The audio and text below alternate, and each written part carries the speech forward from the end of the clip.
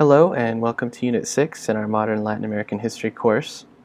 Go ahead and pat yourselves on the back. We've made it almost the entire way through the course. This is our last unit.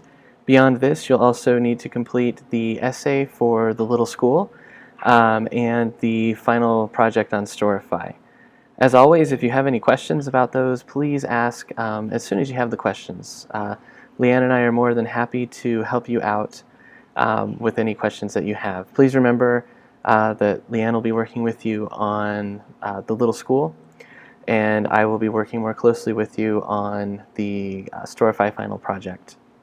Here in Unit 6, we're going to study the varied themes of the Cold War, which we've already begun to delve into, the rise of military dictatorships throughout Latin America as sort of a reaction to Cold War revolutionary impulses throughout Latin America.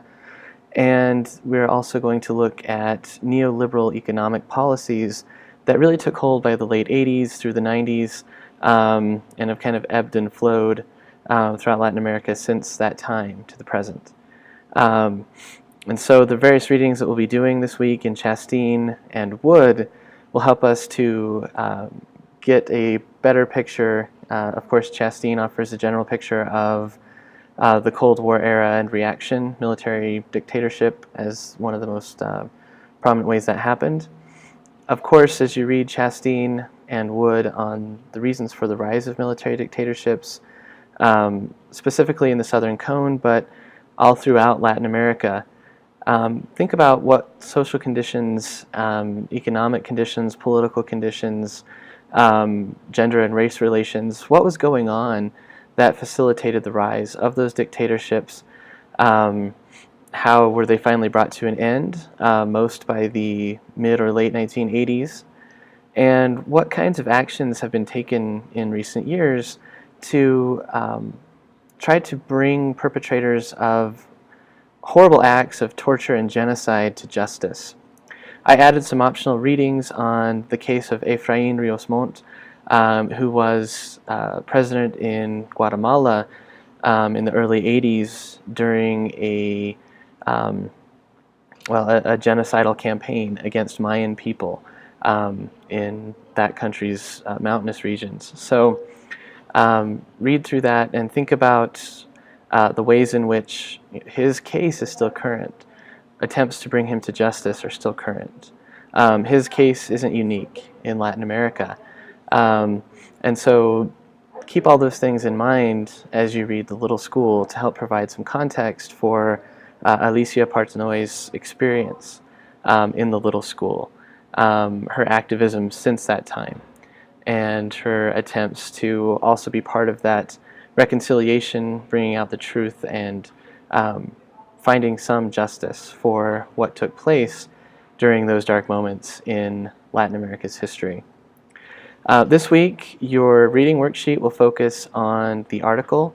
So this is an article by Richard Stahler Schulk, who is a political scientist. Now this article is about 5 years old. It's on the Zapatista movement, which began on January 1st, 1994, when the NAFTA agreement was or went into effect, I should say, between the United States and Mexico and Canada. And so what his piece does is it looks at the Zapatista movement not as just a resistance movement or an armed movement that sought to push back against the conditions of NAFTA or the policies of NAFTA, but also the Zapatistas as being able to create a local democratic structure for indigenous people in Chiapas. He looks at some of the strengths and weaknesses of their system, some of the reasons that it has persisted even to this day. It didn't just kind of peter out once that initial international preoccupation with the Zapatistas kind of went away as well. So we think about what are some of the reasons for that.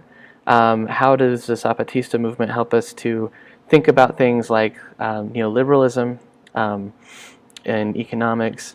How does it help us to think about the return of democracy to Latin American nations? since the late 1980s, so on the heels of those military dictatorships. Is there anything that we can learn from the Zapatistas about healing and about trying to bring about justice and dignity to indigenous peoples, which of course is still an issue throughout Latin America, trying to bring dignity to indigenous peoples, but also to rural peasants who are trying to make a living, trying to get an education, who need social services. So again, I'll kind of leave it there. Those are a bunch of questions to keep in mind. Of course, also read through the written introduction here. I've added a Twitter feed. My friend and colleague Colin Snyder put together, let's see, I guess it was just last year, on the 50th anniversary of the beginning of the Brazilian military dictatorship. So his tweets were there to kind of outline what was going on as the military dictatorship in Brazil rose to power and displaced the former government that was there. So that's just a kind of, for your information, interesting way that someone has used Twitter to present the history of Brazil's military dictatorship. Again, as always, if you have questions, please ask. Please never hesitate to ask. And I hope that you enjoy Unit 6.